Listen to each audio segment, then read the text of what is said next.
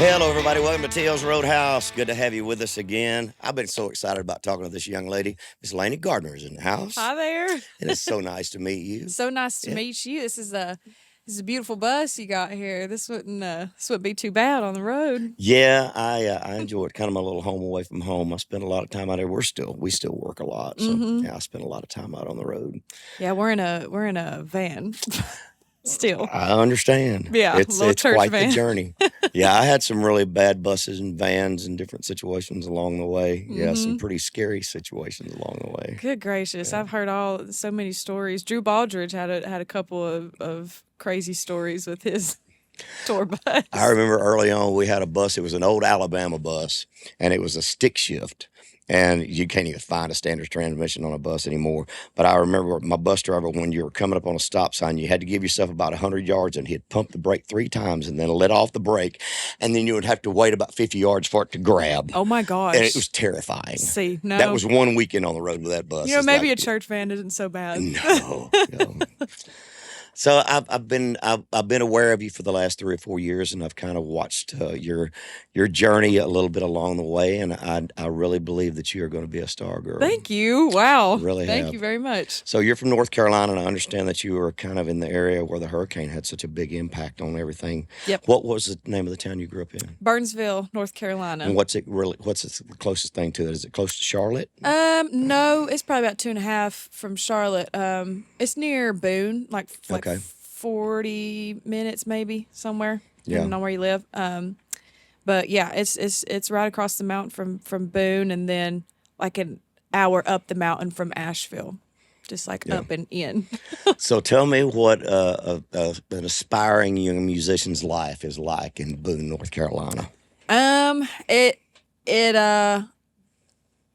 Generational would probably a Family good, musical history. Yeah. Definitely. Yeah. Just music passed down through the family. My grandfather played and sang, and he kind of passed it down to my dad through his guitars, and then Dad just one day gave me a AC/DC pamphlet that had the chord pictures on it or whatever, and that's how I learned to play guitar.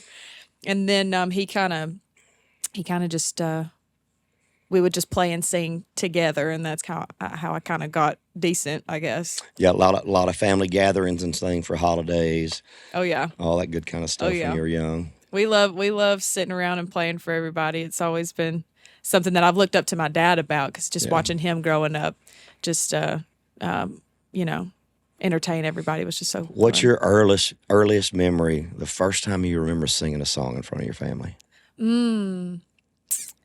Man, I don't know, for some reason this is my earliest memory. It was "You're Beautiful" by I think it's James Blunt or something. Anyway, I was walking down the stairs and singing, and I can't remember what my parents said or anything, but I just remember kind of just performing for them as I was walking down the stairs of our little house. And when did you really start to say, I can do this? This is something that when did that dream really start? When did the fire really get lit for you? Man,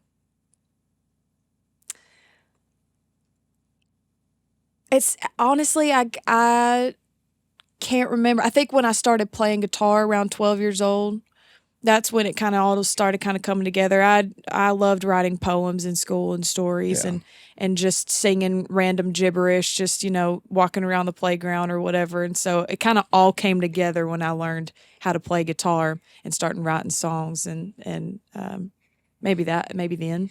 And I remember for me, I think there's a lot of similarities just from us chatting before we turned the cameras on a while ago. I grew up in a town about the same size as yours. And for me, I remember I was probably about 12 years old, and I learned how to play guitar from the back of a church camp songbook that had the chord patterns and everything on the back of it.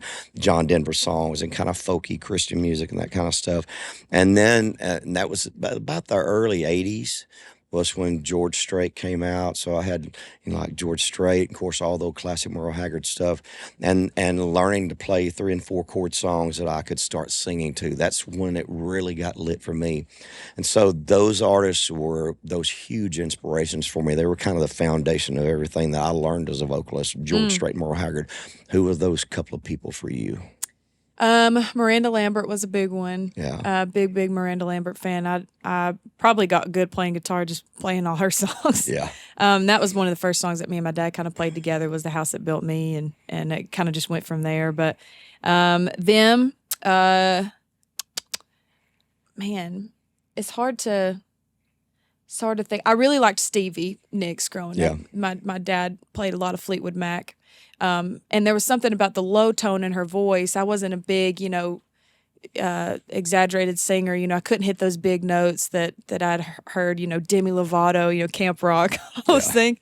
And so, when I heard Stevie Nicks sing, it was like, oh, I guess the low tone girls, make it too. And so I listened to her a lot, probably. Those are probably the two biggest ones. And, of course, her writing, both of them.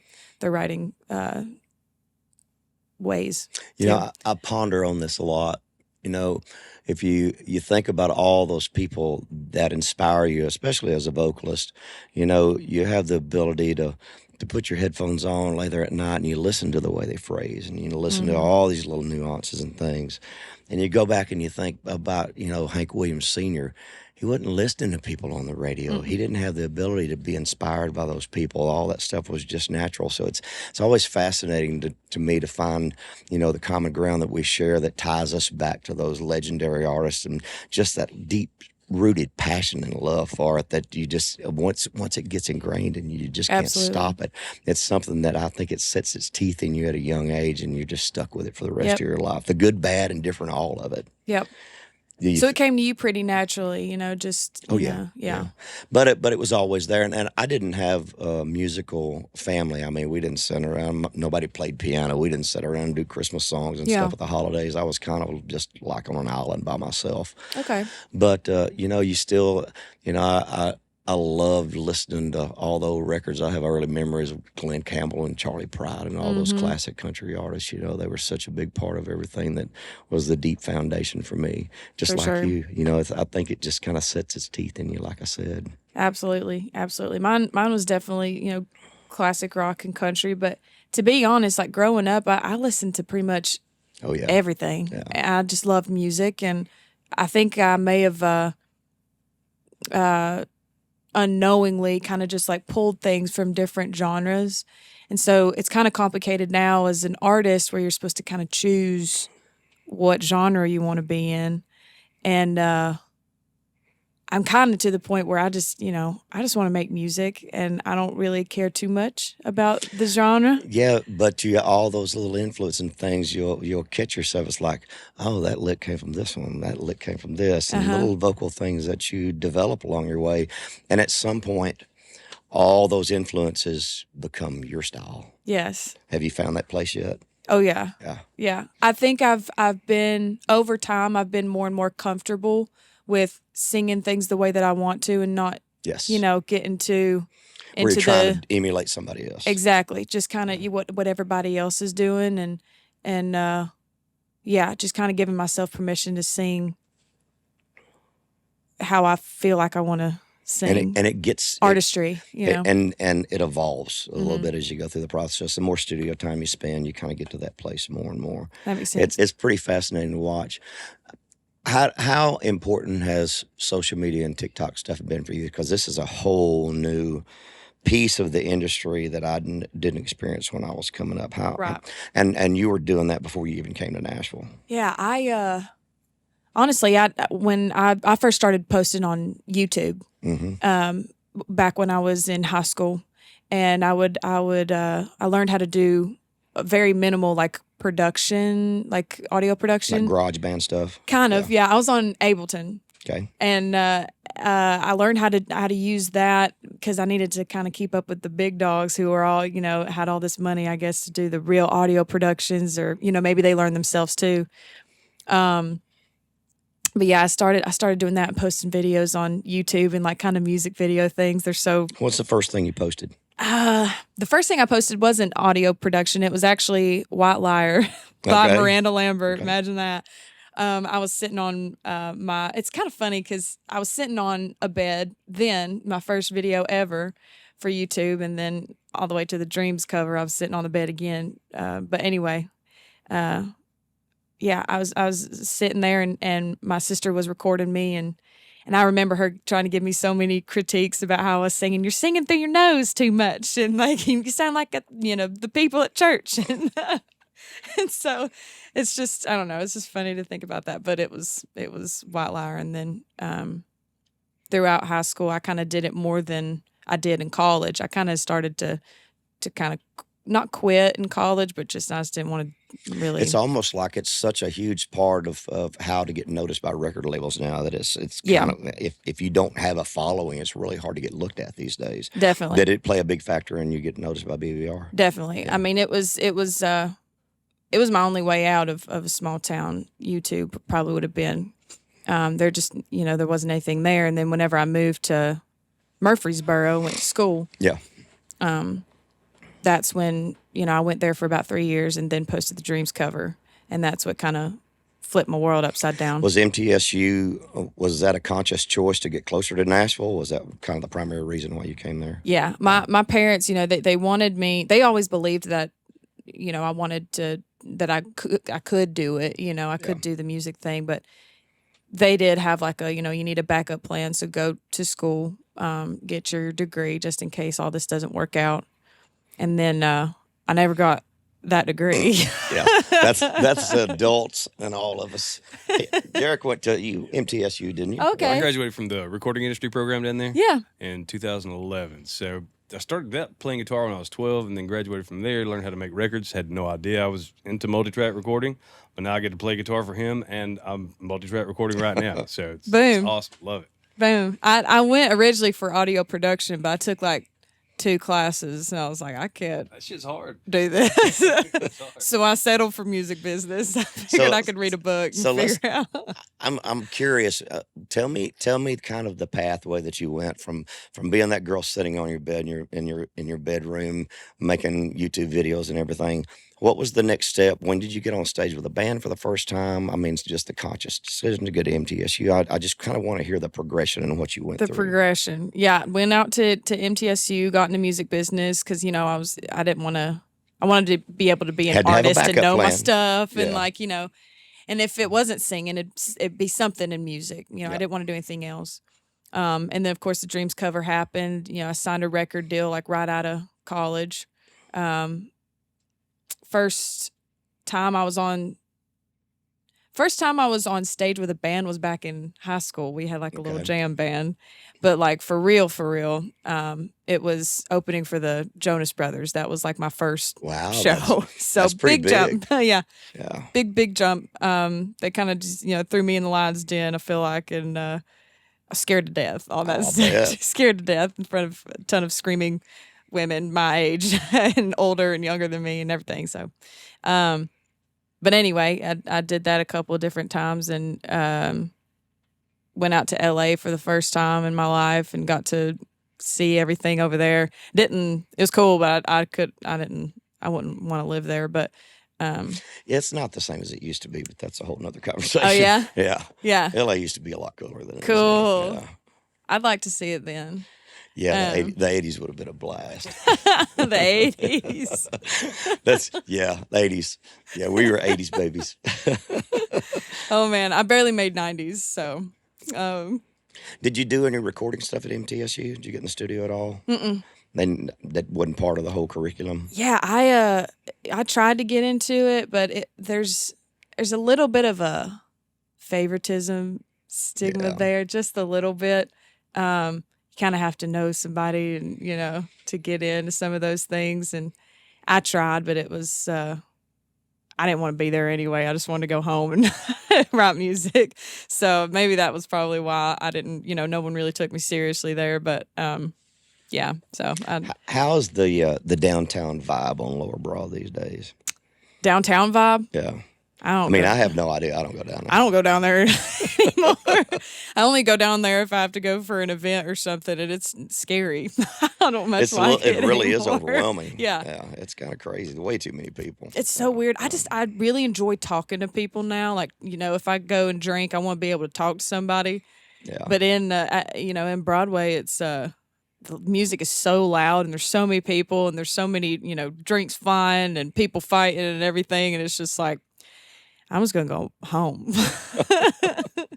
So anyway, I don't go down there. I don't go down there much anymore. I asked that just because I'm curious, because I don't know. The scene's so different now. I mean, from the time I got to Nashville in the early 90s, I mean, Nashville's not the same place at all. Just go down there, experience it for one night. You'll Lower never Broad go back. was crack hoes and pimps and all that kind of crap down there. The only place we really went was Printer's Alley. I mean, Printer's Alley was kind of scary in its own right, but I mean, like none Printer's Alley. None of that stuff was down there on Lower Broad. It wasn't the same. It was That's just a crazy. bunch of random old buildings and stuff. It was just kind of run down, and to see what it is now, it's just kind of crazy. It's kind of clubs. There's like clubs down there now, and just like DJs. That's where we usually went whenever I did spend my fair share on Broadway. We would go to like Miranda's, like towards the club part of her bar, and Barstool towards the end. Yeah.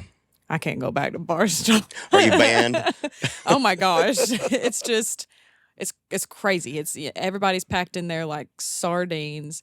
Everybody's pissed off at each other. Drama going everywhere. You see people you don't like and see people that, So the camaraderie thing is not that prevalent in the competition of the music industry downtown these days? I don't feel a need to go down there at all. Every man for himself. Yeah. Yeah. Every time we used to go down there, somebody would end up getting in a fight. And it was time to go whenever I started getting pissed off at people. So Got a little redneck in you? yeah. Just a wee bit. Yeah. It's that tequila. Yeah, It's that we tequila. Like that. So I know some of the folks that you work with. I know John over. Yeah, he worked at my label at Atlantic years ago. So I've been around quite. I know Joe Jamie. Okay. Yeah, so I've got some friends there that have pretty deep roots.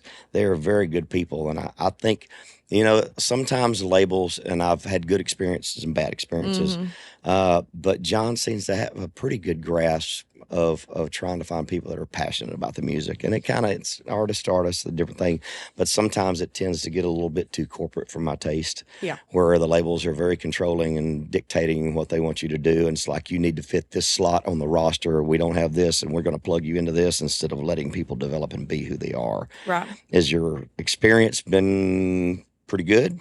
During the beginning, right after the Dreams cover, it's kind of why I kind of dropped off the face of the planet. Did for they a pull second. you back from doing socials and stuff through all that? It was just, they didn't want me posting country music, and it wasn't when I was with BBR. It was with another label, Yeah. and they didn't want me posting country music. They didn't want me being a country music not? singer. It was before like country really started Yeah. making its way, just like everywhere. But anyway, yeah, they wanted me to be like a little pop pretty girl singer, and I liked AC/DC and Blackberry Smoke and Miranda Lambert. In Fleetwood Mac, I just didn't want to. That's really sad to me. It's frustrating that labels, they want to shove you into this little box. And I miss the days where artists were signed for their talent. Right. And they were nurtured and developed along and allowed to become who they were. Mm-hmm. And you kind of fall down a couple of times. You just figure out the path that you're on. I'm not going to mention names. I know artists that have had massive hits that wake up in the latter stage of their career and they hate 90% of the stuff that they have to sing every night. And I never wanted to be one of those people. Yep. Because you're the one that has to go out there and put the face on every night. You're the one that has to sing those songs. If you have a sack full of hits, you have to sing them the rest of your life. Mm-hmm. And it's just sad to me that they take that away from artists. And I feel like some of that stuff is starting to come back now. Do you feel it is? I think so. I think more and more people talk about it. I think, just kind of piggybacking off of what you say, I think labels try to quickly get an artist like up on the, top. There's no story there. There's no firm like foundation there. You know, you just get a hit and then you're just like doop, like at the top. No one knows anything about you. No one knows anything about like where you come from, what your artistry is. I mean, how could they? This happened in a span of a couple months. And I think I've really enjoyed like I've tried to kind of slow things down a lot and make sure that I'm kind of staying as true as I can to my music. I'm going to make mistakes, you know, and kind of put out things that aren't true to who I am or what I want to do. And I've learned from that. But right now I really love like the steady growth. It's a lot easier to process as a young person than having it explode so big, and it can be really overwhelming, right? Because it gets all consuming, and the next thing you know, you have a big hit, and all of a sudden you're surrounded by all these people, and your life is never the same again, and it gets very confining, and it's mentally hard to cope with in a lot of ways. I've seen a couple artists kind of go through that, and just to be, you know, spark notes, but just like having a bunch of yes men around you, really you lose yourself and you lose, you know, where you come from. And I'm lucky I've had a lot of people around me who are brutally honest with me. And, you know, my mama, for one, keeps my feet on the ground, and my family back home, if I'm ever starting to get too big for my britches, they'll, especially my younger sister too. She's the baby of the family. She keeps me humble for sure.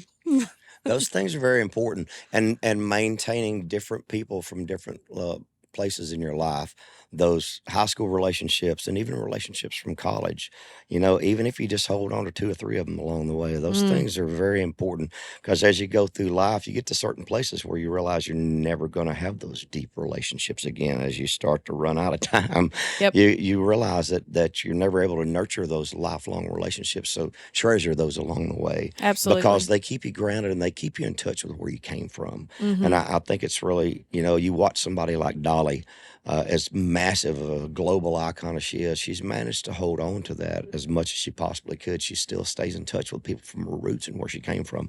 And I think that's been a huge part of her charm along the way too.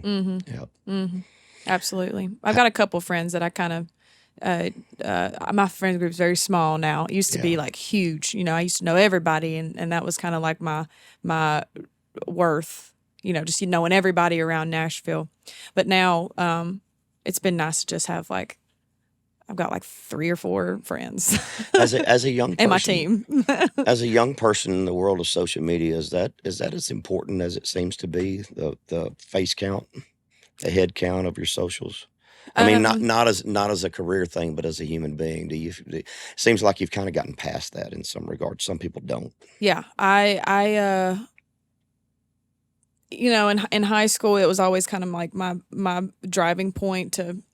I didn't have like too many friends in high school, and so it's kind of like it kind of translated over into my career of just like, you know, I'm doing something cool now, and everybody wants to be my friend, and so it was just like just being transparent, and that was awesome. And but quickly, I realized that it's not important at all, and people don't actually care about you. They care about what you're doing. What you can do for them. I'm hoping that we're moving to a place in society where a lot of people are getting past that more and more, because I think so much value has been put on that.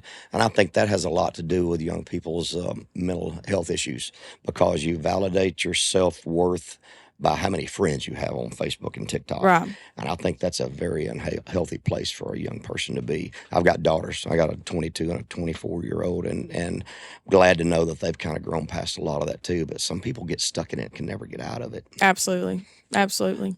It's how's it been being on the road with these big artists that you've had a chance to tour with? You're getting ready to go out with Jason, right? Yes. Now, who are you out with? Corey Kent. You've been out with Corey? Been out with Corey. Yeah. He's a cool guy, very talented singer. I like his voice a lot. And his team is so good. I mean, his team was so good to us. They helped us out. You know, we don't have many people with us. It's really just me and the band and a tour manager. And they just help so much, and they're so good. And Corey is amazing as well. And he's one of the artists that I feel like kind of lends a helping hand for the next artist up and kind of tells them everything that he knows and that he's learned. So maybe the next artist doesn't have to make those same mistakes. And I just think that's so cool. There's a lot of artists that are just like, they need to learn, Yeah, but a little advice along the way. Sometimes even unsolicited advice can be very important if Yeah. you want them to kind of take it to heart. Because it's very, there's a lot of challenges to doing this and being successful at it. I mean, it's very life altering because it's not a natural existence. Believe me, running up and down the road doing what we do is not a natural way that most people live their lives. It's just, it comes with its challenges on your social life, on your personal life, on all those things. It's a lot more challenging than people realize it is. You Absolutely. say you travel with your band. What's your instrumentation on your band right now? It's really it's vocals, guitar, bass, and drums. Oh, okay. So The necessities. yeah, the necessities. Yeah. And they're so good too. They're really good boys and good men. And they're fun and they're rock stars and they're loud and silly and goofballs and it's fun to be on the road with them for sure. I know when I first came, the thing that struck me the most, because I'd played with a couple of bands and worked little circuits and everything, the level of musicianship and the level of talent in this town is freaking ridiculous. I know. Yeah, It's intimidating. It's very intimidating, and just great players. There's so many good players in town now. Where'd you find all your folks at? I actually had a bass player that kind of survived like 3 different bands. Everybody else kind of cycled through except him. And he, I believe that he found my guitarist first. And then either he found the drummer too or the guitarist found the drummer. Yeah. But I knew Jake, bass player from college, actually. Yeah. So he's been around for a long time. He's probably one of my oldest friends, to be honest. And it's kind of funny how that works out, but yep. When does the Aldine stuff start? January. Oh, y'all are going out pretty quick then. Yeah. Yeah. Yep. It's going to be cold. We're going up north. I don't know why everybody does that. Why do they always start up in the north in January? That's what I when it's thought. cold. I don't get it. Baby, you Maybe can't that's complain. because they don't have anything to do up there in this freezing. I remember one time we went to Fairbanks and Anchorage in January, and that's not fun at all. It's like 35-foot snow drifts from the side of the runways when you're landing. It's miserable. Yeah. 25 below zero. Can't wait to drive through that. Where's the opening leg of the tour? I should know. They should know too. I kind of just take it week by week. I understand. I just hop on the bus and wherever we show up, that's where we're That's at. where we I don't know go. where we're going. I don't care. It's fun to live that way, It's like, where are we? Yeah, you have to write it on the set list. Where y'all at? Arkansas. Okay. Oh.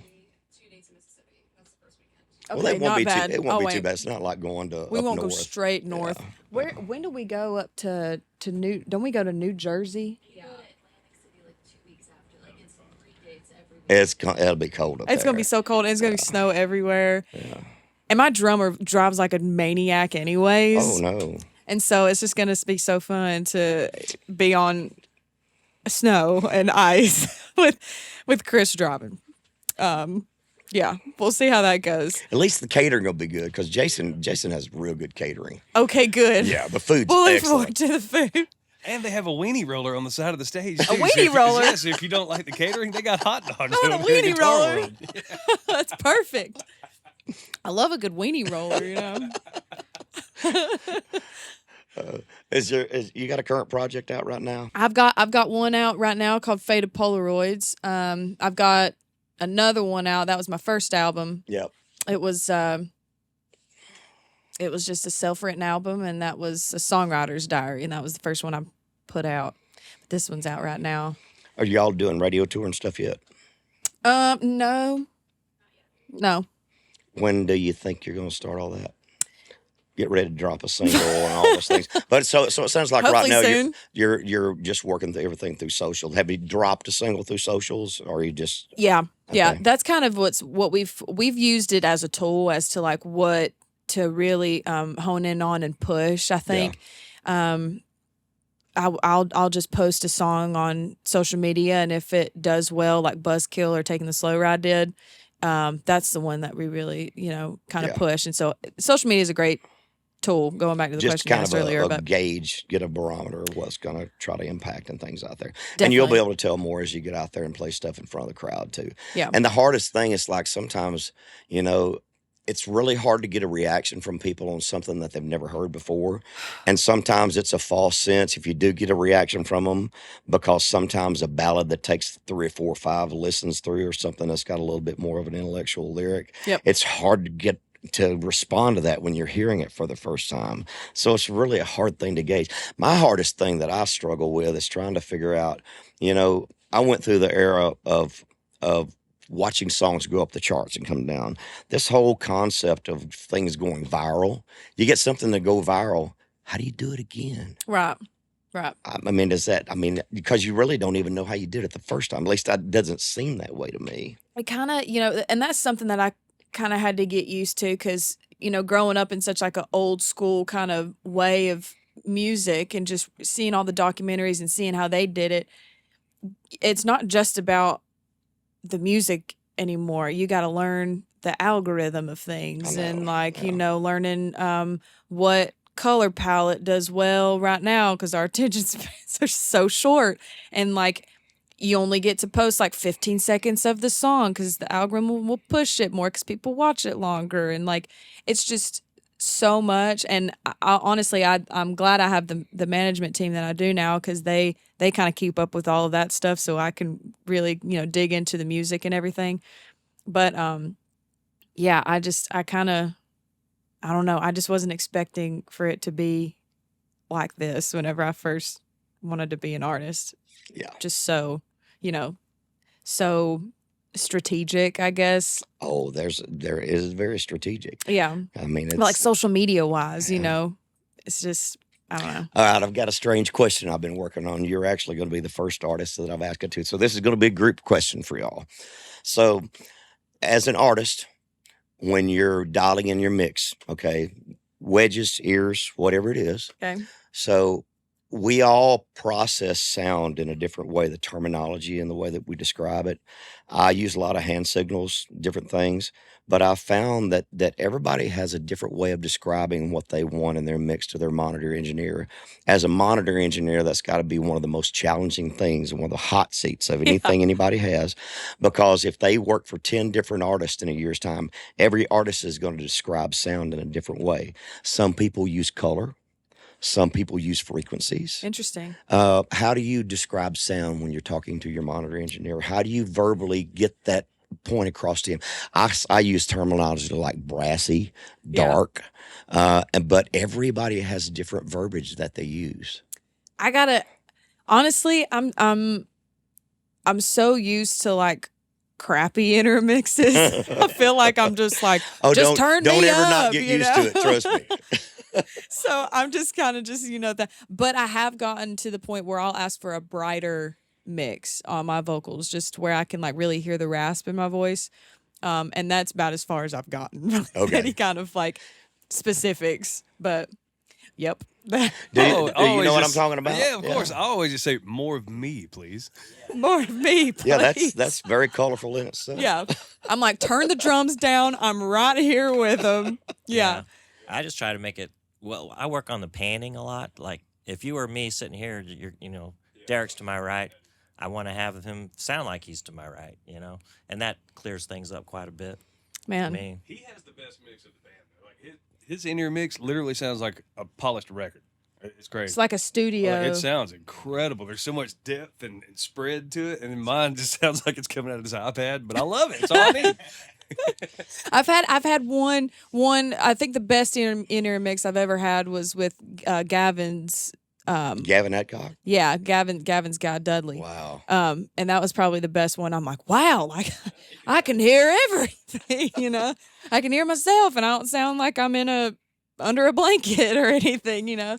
So anyway, I'd really that's something that I really want to dial in next year, is just having those kinds of like the language of just like I want more of this or that. Oh, it's Half so the time, I wonderful. don't know what I need more of. So I'm just like, And I've learned over the years too that every day, even if nothing changes in the settings, if you're on a theater stage or you're on an arena stage or you're on a concrete stage outside of the fair and a festival, every stage sounds different. okay, Everything can be exactly the same when you're carrying your own gear, and it can be a completely different experience every day.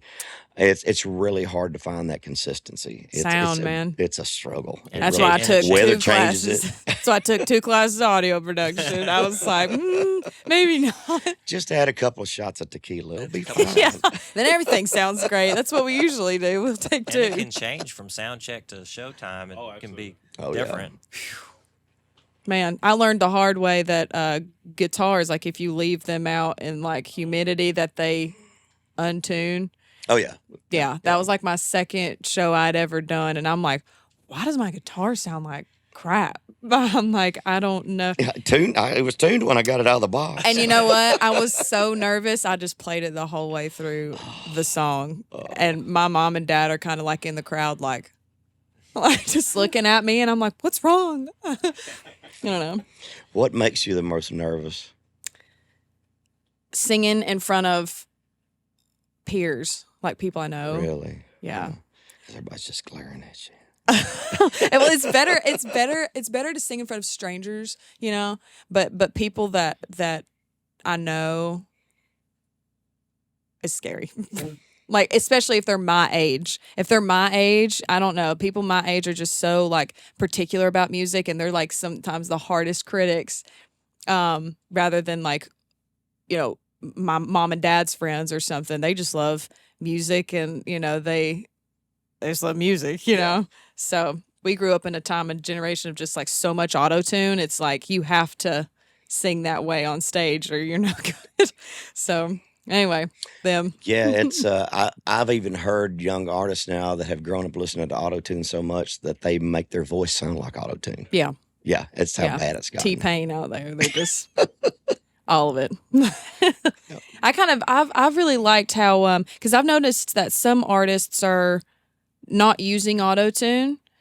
And I don't think Gavin uses auto tune. It doesn't sound like it because you can hear like not wrong pitches, but just like normal human pitches, like in his music. I can't think of other ones that do it. I think Wyatt Flores, I don't think he uses auto tune. It's just very like raw country vocal and just yeah, I've really Well, everybody's leaned got it towards out him. there. I mean, sometimes, I know there's been times we'll use it if I'm not in good health and I'm Oh, yeah. struggling, but I'm old too. I mean, shit. I'd do it if I was singing like crap. I'm not gonna lie. You know, I'm not gonna go out there. Everybody paid to be here, and I sound like Some people get really carried away with all of it because I don't like using it in the studio because you can really tell. And it just let's talk about this. So I know over the years, you know, say let's take some of those old classic rock records that you love so much. If you took a Fleetwood Mac song or a Stevie Nicks album and you went back and you pro tooled those records, it would change the feel of them. They wouldn't be the same. nope. Go back and redo Led Zeppelin records, and it's going to suck the life out of it. I think that's why everybody sounds the same on the radio today, because everybody's been tuned to the grid. Yep. And you can't sing that way live. If you go back out and you try to reproduce that, you're not capable of doing that. Okay. And I'm glad to know that more people are going toward that more raw approach in the studio now and letting artists be artists. I'm hoping Sure. that's going to become more the trend than not. For sure. For sure. I think I love to you can kind of tell when an artist has like just talking writing wise, even that. Artists are writing by themselves again. And you can really tell that in their music. And I don't know. I always go and look at song credits all the time. Yeah. And again, it's just, you know, piggybacking off of that, just the artistry of just letting artists do what they were born to do. Do you like the co-write aspect of things? You like to write by yourself? I like co-writing. I had to get used to it. I'd never co-written a song until the Dreams cover came out, and I started on Zoom because nobody was in the room with each other during COVID. Yeah. So that was how I was introduced to co-writing, was over Zoom. How I was did like, you I learn hate about- this. How This did is you so learn about awkward. structure? So what? How did you learn about structure as far as how to structure songs? Because, I mean, did you write lyrics out of songs that you liked, things that were commercial, and just kind of study how they were put together?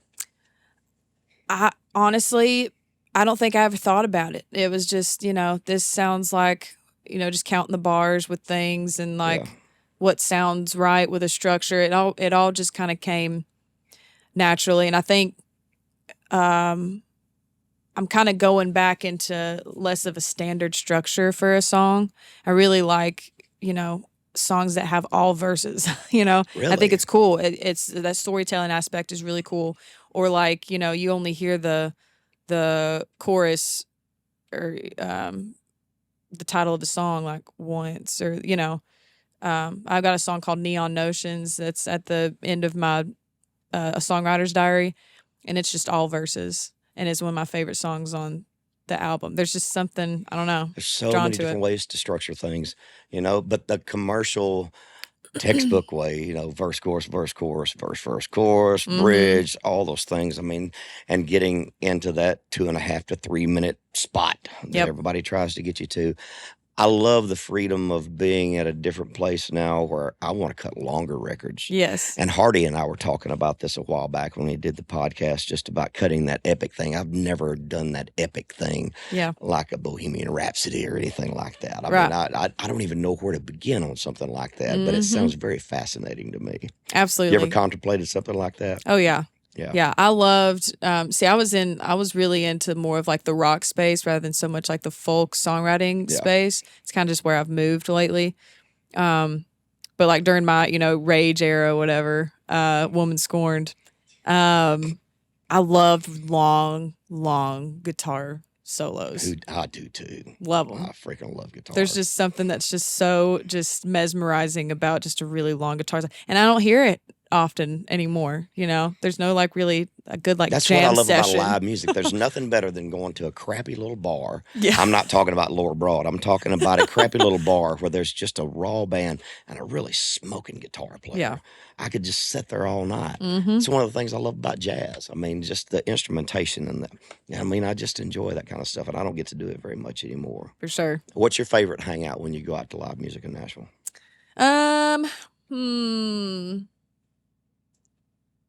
Probably like a smaller bar. Like I guess the basement or I don't go out too much for like live music. Tootsie's. What's that place that's like? Oh my gosh, they have like bologna sandwiches there. Roberts. I was going to say Roberts a minute Roberts. ago. That's my place. where's that at? I like Roberts. Roberts. It's the recession special. You get your fried bologna Now, how- sandwich, a bag of tater Why chips, and have I missed this? PBR. Where's this place at? Dude, it's been around for years, I man. know, but I'm old. It I don't used to go be- nowhere. It used to be $5. Now I think it's probably 7 or 8. Mm-hmm. I'm not sure, but yeah, it's fried bologna A sandwich. day bag of out tater for chips. me is Tractor Supply, Kroger, and maybe Costco. That sounds like the live. I like that. Truly. Y'all laugh, but that's the truth. Roberts is the jam, and then my other favorite Where's place. it at? Roberts, right there on Broadway. Right, it's by Legends. Okay. Yeah, near the stage, right beside the stage, and between the stage and Legends. Okay. It's Yeah, right- it's down there. Yeah, it's Okay. down there Yeah. on the same little block as Tootsie's, I'm pretty sure. Okay. But then the other one is that Bourbon Street Blues Bar up in Printers Alley. I've heard. That place is Yeah. awesome. Love it. It's still good. I've gone there a few times. I like interestingly enough, just I think it's called Electric Jane. It's not Broadway. It's more of like a R&B like jazz joint thing. I don't know. It's really cool. Full soul out there. Who's the one of the coolest acts you've got to open up for so far that you really looked up to? I mean, have you had a chance to work with any of those big rock acts that you've idolized? Not yet. I've never opened up for Miranda or Yeah. Stevie. Yeah. Let's see. Not really. I've kind of respected a lot of artists like as I've met them in person. Are you going to get giddy or are you going to be real reserved?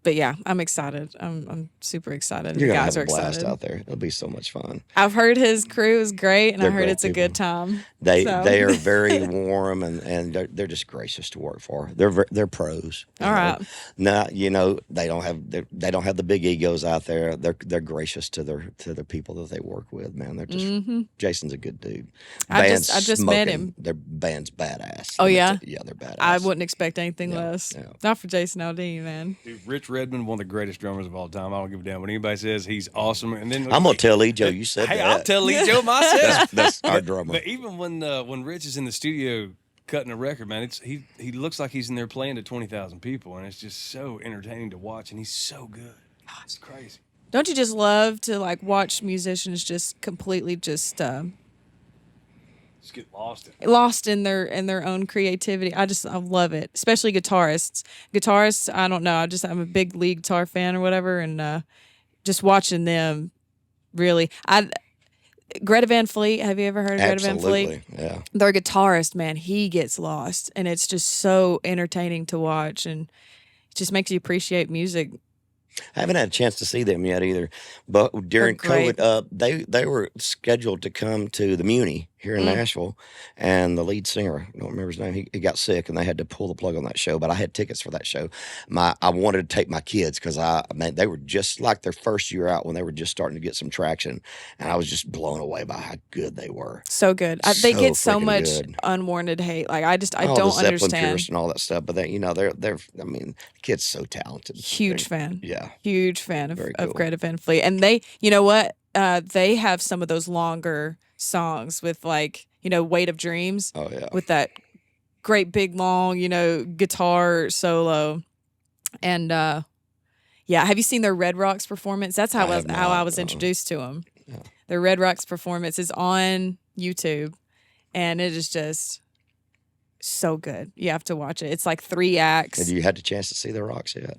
I've never seen them in The person. Red Rocks is just. I've only seen them on YouTube. Oh, spiritual thing, man. Yeah. It's unbelievable.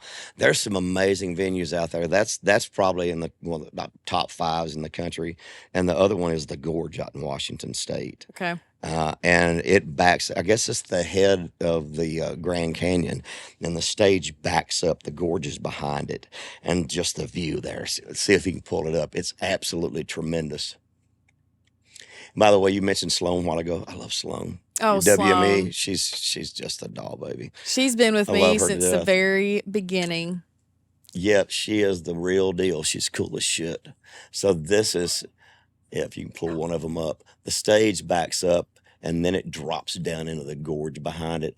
And, Wow. and I mean, it's sitting back on a bluff, so it drops off really at the back of it. This is a phenomenal place to play. Man. Yeah, craziness out there. Man. What's the coolest venue you played so far? Honestly, I know it's hard to say. You see the back of a venue. I mean, it's just hard. I mean, they all run together after a while unless they look like that. honestly, I keep calling it Baby Red Rocks because I don't know what it's called, but it's out in Franklin. It's that it's in the a quarry, in the rock quarry. impossible to get in and out of, with their 2-lane whatever. But it's called the what? It's in a rock quarry. Let's see. While he's looking at another place that I want to play is the Cave up in Yeah. Kentucky. I haven't had a chance to play that one yet either. Cumberland Caverns is cool too in Tennessee. Oh yeah, The quarry, Greystone Quarry, I think. Greystone Is Quarry. that it? No, First Bank Amphitheater. That's what it's called. Well, that doesn't sound like. Right? Oh yeah, that's it. First Bank First Amphitheater. And it's in Franklin. I've missed all that. It's Like I'm said, literally- old. I don't It go is nowhere. awesome. So beautiful. I saw Greta Van Fleet there. Yeah. See how they got the rocks It was lit up there? incredible. And that was the first time I ever watched them. Me and my brother went and actually watched them. But when it ended, though, Nightmare. we Ubered because we were going to drink, and we thought that was a great idea. We were there. There was like Ubers coming around for like $300, and we were like, we can't stay here. Some people were getting comfy around there, just like they were just going to spend the night there because it was just impossible to get. I get like away out of there. amphitheaters a lot. I don't care for stuff in the big like football stadium shows. They're just Yeah. too massive for me. I like things to be a little bit more intimate. I've gotten to where I really love the theaters a lot too. Yeah. You know, Yep. So many cool places to play. There's another one in San Diego called Humphreys at the Bay, and I used to love to play it all the time. So it's the bay's right here. The stage sits back here, and then there's a hotel on the back side of it, so people will rent the balcony rooms and they can watch from the back of the venue. And then people pull their boats up out there. That's a really Oh cool man, that place to is play fun. too. You had a chance to get out in California much? That's cool. No, Yeah, not much. Towards the beginning, yes. yeah, Because I was with somebody that management wise that kind of was always out there. yeah. But no, not since then. What have you found to be the most surprising thing about the industry that you didn't really grasp when you started getting into it from the label aspect and the business side of all of it?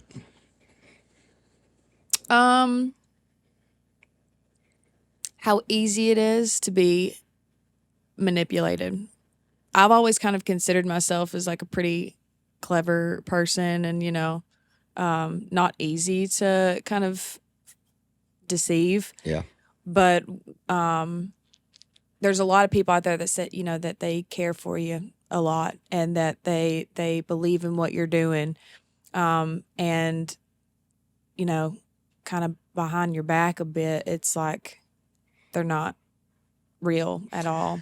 it's a hard reality to come to in this business a lot, and so there's a balance in there that you have to find where you toughen up.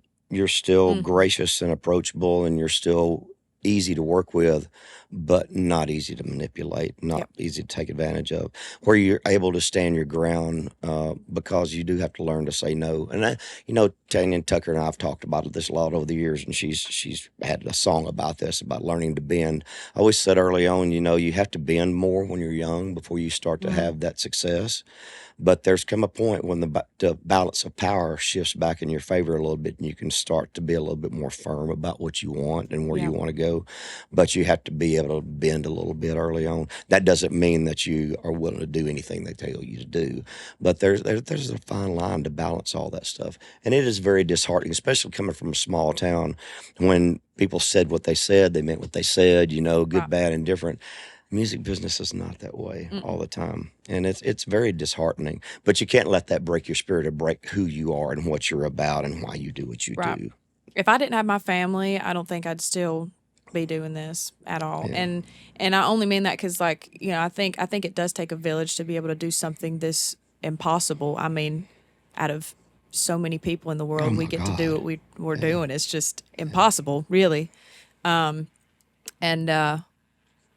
yeah, along with that, everybody's trying to figure it out, and I try to, give everybody grace, but it's like it's where you kind of boundary setting is something that I've really had to learn, and what's okay and what's not, and when it comes to like your career, but also like your personal life as well, all kind of wrapped into one. It's a lot. I could go on and on about it, but It's definitely a learning curve. It's difficult to keep all that stuff in perspective and not get jaded about it along the way too. I mean, because it is easy to get your heart broken in this business. oh yeah, Especially, the thing about creative people, and they take advantage of this a lot with us, is that we're very loving and very trusting people because we're creative people. right. And the negative part of it doesn't factor into our brains a lot. You learn to see it from a different perspective, but it's not a natural thing for us. Yep. Yeah. Yep. I've noticed that the more that I depend on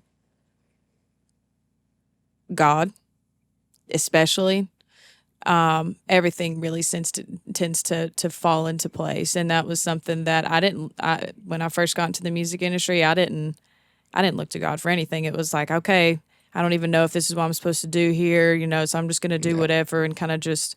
But like when I really started to truly trust in what He had planned for me, whether it was being a big artist or just somebody that was small that changed a couple people's lives while I was here, I became more and more just comfortable with, I didn't feel the need to compare myself to other artists, and I didn't feel the need to be on this roster, and I didn't feel, I didn't have to be on this show, and like all those things that just grasping for worth and reassurance that, I'm good at what I do, and like I'm supposed to be doing this and whatever, blah blah blah. Just trusting where he's placed me is where I need to be, and just doing what I'm supposed to do and what I can do. What's possible for me to do which is make the music and meet as many people as I can, and enjoy life. Yeah. If the artist thing didn't work out, what would be the coolest next option for you in this business? Be a label situation, publishing situation. Where would you like to find yourself? I mean, just spitballing. Honestly, I always thought maybe I could do like A&R, just kind of like pulling things out of people and or art, artist development, just using what I've learned and really like digging into people and their personalities, because that's what I love to do anyways with everybody. It's like I really like to learn about people and make them feel comfortable enough to be true to themselves around me and comfortable around me, and probably something with that, or just that's after like just being a songwriter. But if it wasn't a singing or songwriter, either of them, if it was more business wise, probably something like that, just artist development. When you get wrapped up, you go home for the holidays, see family? You go home for Christmas? Yeah. What's Christmas like at the Gardner household? We shoot a lot of guns. Awesome. And we drink a lot of apple cider with Fireball in it. Nice. And we're just lots of playing and singing, and just we go out to town like we used to when we were teenagers, me and my siblings. It's very just family surrounded. We just all hang right there at the cabin with each other, and it's just y'all target shooters, skeet shooters, when y'all throwing a few beer back and slinging skeets out there. Well, we're just shooting into the side of a mountain, basically, at whatever targets we can find. But I'll be honest, I don't go out there and shoot with them too much. I don't know. I'm so clumsy with everything. I'm afraid I might shoot somebody. So I just kind of sit there in the house, and just drink inside and gossip with my sisters and my mom. That's fun. So, or I'll just sit in there and watch TV. I just completely turn everything off. I don't do anything with like music, career, anything. I just sit there and I'm with family. How many folks are usually there Christmas morning? I love to hear this stuff. It's usually our whole family. We've been blessed to like have our whole entire family there for multiple Christmases. Yeah. Still as grown adults. Dirty Santas there. Or any special tricks? Do what? Dirty Santa games or all that kind of stuff. I mean, any family things that are traditions at your house? Nope. We do this, but that'd be fun though. We do this thing where I will go like buy just tons of lottery tickets, and we'll take $1 bills, 20s, and all this barrage of things. We'll get all these little trinkets and everything, and like a big package of saran wrap, and we'll sit around and we start off and we wind up making this big ball. Everything wraps up, and you put lottery tickets and money and cash and all these little things in this, and we'll make the ball where it's about this big, and then everybody sits around and you roll dice until you hit doubles, and then it has to pass to the next person. Whatever falls out of the plastic blob is what you get. And you can have 10 people sitting around. You think, I mean, it takes a long time to get a ball of cellophane that big. I mean, there might be lottery tickets where you could win $100. There might be $100 bill, and everybody's trying gift cards and all kinds of stuff. That's so fun. I mean, that can last a good hour. Oh yeah, that's a blast to do. That's fun. Something we do play like in the fall is you ever play it's like this, you get this big old tree stump and you put nails in it. And then you like flip the hammer and then hit the nail. So like however you catch the hammer is how you hit the nail. And what you do is you hit other people's nails until they like go all the way down into the stump, and then they lose and they're out or whatever. It's really fun. It's redneck sounding game, just a hammer, a nail, and a stump. And but it is so much fun. We played balderdash with my mother a couple of years ago, and you know what balderdash is? Mm-mm. Oh my God, balderdash. You'll have to look it up. So it's a game where you have cards. It's a card game where you read what the definition is, and everybody kind of puts their best answer out. I don't even know if I can say this. We might have to cut this out. That'd be all right. I can't Just say say it. it. Just I can't say it. do it. I can't do it. No, we're gonna have to move on. I'll say it. Just mouth it to me. No, I'll I say it. can't. I can't. Check out Balderdash. We played this game with my mother, and it's raunchy. It's very bad. And my mother's 82 years old. It's yeah. Does she just love it though? She gets very embarrassed by some of the stuff. I mean, because it's a lot of sexual innuendos and all kinds of stuff. I mean, it's pretty raunchy. My mother, she gets up and reads her Bible first thing in the morning every day.